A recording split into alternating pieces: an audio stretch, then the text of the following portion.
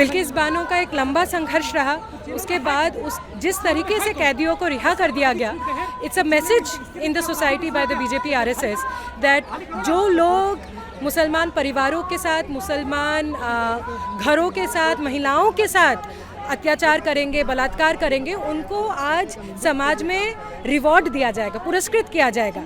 ये जो माहौल बना बिल्किस बानो के कैदियों के रिहा के बाद, उसका विरोध करने आज हम सब आए हैं।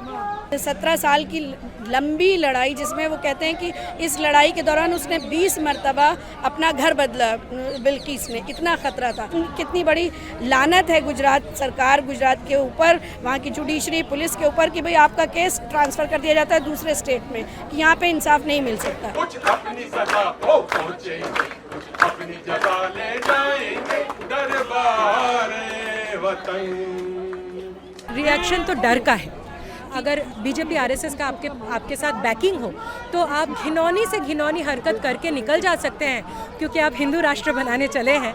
तो ये हमारे देश में हर महिला का और विशेषकर मुसलमान महिलाओं के लिए एक भय का माहौल है, और ये फीलिंग भी आती है कि मोर देन एवर आज एक साथ जुट के इसका प्रोटेस्ट करने का ज़रूरत है। जीतेंगे, जीतेंगे।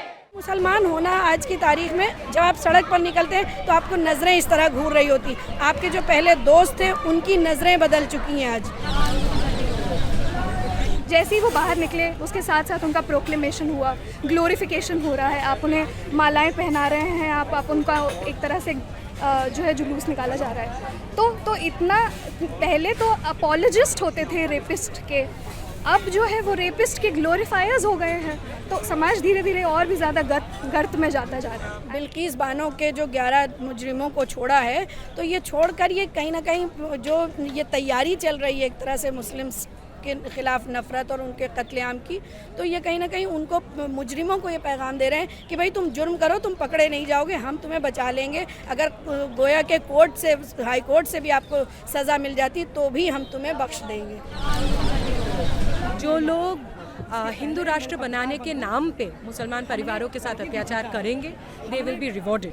ये this is the only way that you can see. The court is saying that जिनको मुक्ति दी गई, that was a legal process, but the point is कि आज हमारे देश में क्या entire legal structure, the entire political structure is working to protect those who would be attacking the minorities in India.